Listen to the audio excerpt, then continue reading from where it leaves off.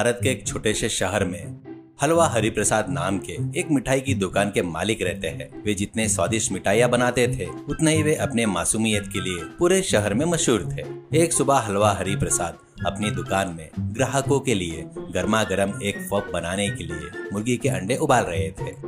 सभी अंडे बिल्कुल सामान्य थे, लेकिन उनमें से एक अंडा उबलने के साथ साथ अजीब तरीके से बड़ा हो रहा था। देखते ही देखते महज 5 मिनट के भीतर वो अंडा एक बड़े फुटबॉल के आकार में हो गया। यही नहीं, उसके चारों ओर नीली रोशनी चमक रही थी। हरिप्रसाद काफी डर गया, फिर भी उन्होंने हिम्मत करके उस अंडे को बाहर निकाला और टेबल पर रख दिया।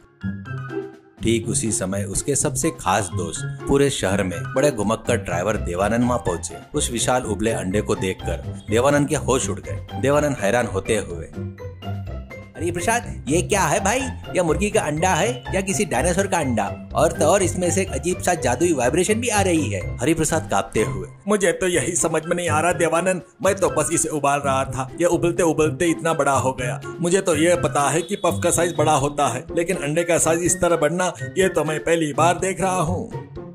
इसके बाद दुकान के अंदर हरिप्रसाद ने राहत की सांस लेते हुए कहा, उफ, आज इतनी गर्मी है यार, काश इस वक्त ठंडी ठंडी कोल्ड ड्रिंक मिल जाए तो कितना अच्छा होता। उसका ऐसा कहते ही अगले ही पल उस जादुई अंडे में से तेज रोशनी निकली। टेबल पर तुरंत एक ठंडी कोल्ड ड्रिंक हाजिर हो गई। यह चमत्कार देखकर दोनों का दिमाग पूरी तरह सुन्न रह गया। देवानंद उछलते हुए, अरे हरिप्रसाद, तुम्हारे मुंह में घी शक्कर, इस अंडे के पास जादुई शक्तियां हैं। अब मुझे पक्का यकीन हो गया है कि ये अंडा हर मांगी हुई और ख्वाहिश को पूरी कर सकता है रे, करके देवानंद उछलता है। लेकिन ठीक उसी समय दुकान की खिड़की के पीछे छिपा एक शख्स ये सब देख रहा था। वो और कोई नहीं, शहर में छोटी मोटी लड़ाइयाँ करवाने वाला किरकिरी किशोर था। उसके मन ही मन में प्लान बनाया कि चाहे कुछ भी हो जाए वो जादुई अंडा वो चुरा कर रहेगा। किरकिरी अशोक को यह समझ में आ गया कि वो अकेले अंडे को नहीं चुरा सकता, इसलिए वह शहर के सबसे कुख्यात और नामी गैंगस्टर के पास पहुंचा। उस गैंगस्टर का नाम डॉन दयानंद था। डॉन दयानंद खुद को बड़ा डॉन दिखाता था, लेकिन असलियत यह थी वह चूहे को देखकर भी पलंग पर चढ़ जाता। उसका एक राइट हैंड था जिसका नाम सिपाही सुल्तान सिंह था।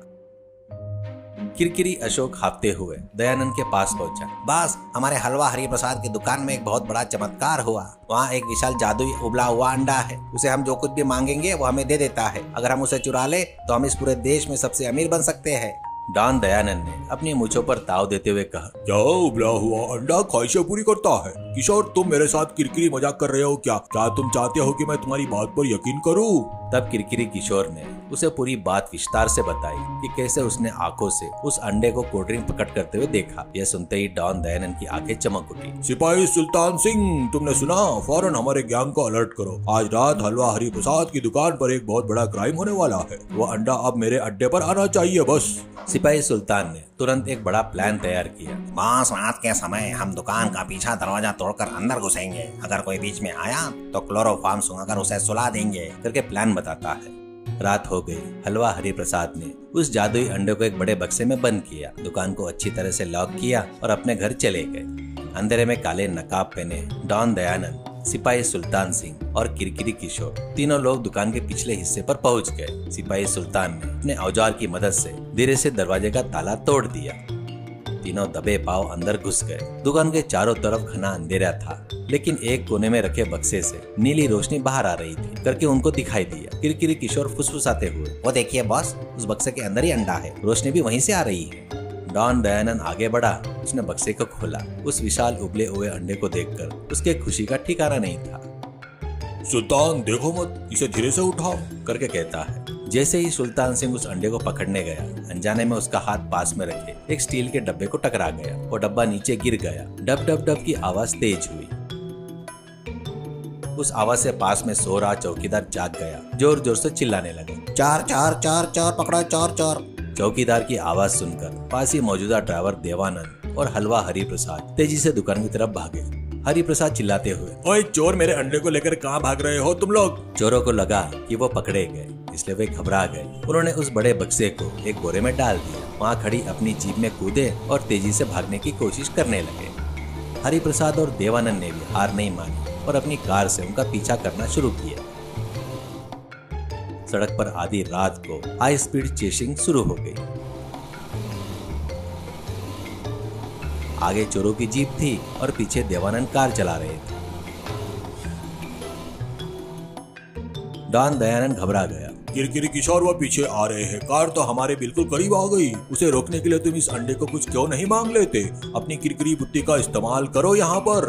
किरकिरी किशोर ने बोरे में रखे अंडे की तरफ देखा और चिल्लाया, ओए जादुई अंडे, प्लीज हमारी जीप के पीछे आ रही उस कार को अभी कभी रोक दे करके चिल्लाया। बस फिर क्या था, वह उबला हुआ अंडा बोरे से निकलकर हवा में उड़ा, जीप के पीछे जाकर खड़ा हो गया। उसमें से एक अजीब सी रोशनी सड़क पर पड़ी। अगले ही पल पूरी सड़क जली चॉकलेट में बदल गई। देवानंद की कार जैसे उस जली पर आई, वो स्प्रिंग की तरह ऊपर नीचे उछलने लगी। कार के अंदर बैठे हरिप्रसाद और देवानंद अपनी सीटों से ऊपर नीचे हवा में उछल रहे थे। अरे देवानंद, तुम कार चला रहे हो या घुड़सवारी कर रहे हो? मेरी जान तो हलक में अटकी हुई है भाई। अरे मैं क्या करूं भैया, नीचे सड़क तो पूरी हलवे की जैसी बन गई है करके कहता है। यह नजारा देखकर जीप में बैठे चोर जोर जोर से हंसने लगे, लेकिन कॉमेडी यहाँ खत्म नहीं हुई। उस अंडे ने चारों तरफ रुख किया और एक तेज रोशनी छोड़ी। वह रोशनी लगते ही चोरों की जीप के पहिए बड़े बड़े और रोटियों के जैसी बदल गए। डॉन दयानंद चिल्लाते हुए, ओए सुल्तान सिंह, यह जीप इस तरह क्यों डगमगा रही है? इसके पहिए को क्या हो गया? सिपाही सुल्तान सिंह बाहर देखते हुए, बॉस, हमारे जीप के पहिए तो रोटियां बन गए। अब अगर मैं ब्रेक लगाऊंगा तो जीप रुकेगी या इसका आटा गूंदेगा? मुझे कुछ समझ में नहीं आ रहा है। रोटी के पहियों के साथ जीप सड़क पर ठीक से नहीं चल पाई और एक जगह पर जाकर गोल गोल घूमने लगी। चोरों का पीछा करने का यह खेल अब एक सर्कस जैसा बन चुका था। यह सब अजीबो गरीब ड्रामा चल ही रहा था कि तभी उस इलाके की पुलिस पेट्रोलिंग जीप सायरन बजाते हुए वहां पर पहुंची। उस जीप में पूरे शहर के सबसे मोटे इंस्पेक्टर इंद्रजीत, उसके असिस्टेंट कांस्टेबल किट्टू थे। हवा में तैरते हुए बड़े उबले अंडे, रोटी के पहिए, घूमती हुई चोरी की जीप, जली पर उछल रही हरिप्रसाद की कार को देखकर इंस्पेक्टर इंद्रजीत की आंखें फटी की फटी रह गई। किट्टू, क्या मैं रात के समय कोई सपना देख रहा हूँ या मेरे चश्मे का शीशा खराब हो गया? यह क्या अजीब तमाशा चल रहा है भाई करके कहता है किट्टू डर से कांपते हुए। सर, यह चोर का गिरोह नहीं बल्कि जादूगरों का गिरोह लगता है। मेरी बात मानिए, जीप रिवर्स लीजिए और हम यहाँ से भाग चलते हैं। जान है तो जान है सर। लेकिन इंस्पेक्टर इंद्रजीत अपनी धाक जमाने के लिए लाठी पकड़कर जीप से नीचे उतरे। इंस्पेक्टर इंद्रजीत रोब झाड़ते हुए, कौन है वहाँ? कानून को अपने हाथ में लोगे? मैं तुमको छोड़ूंगा नहीं, मैं तुम सबको गिरफ्तार करूंगा करके गरजता है। तभी उस जादुई अंडे ने इंस्पेक्टर की तरफ देखा और बुस की एक अजीब सी आवाज की।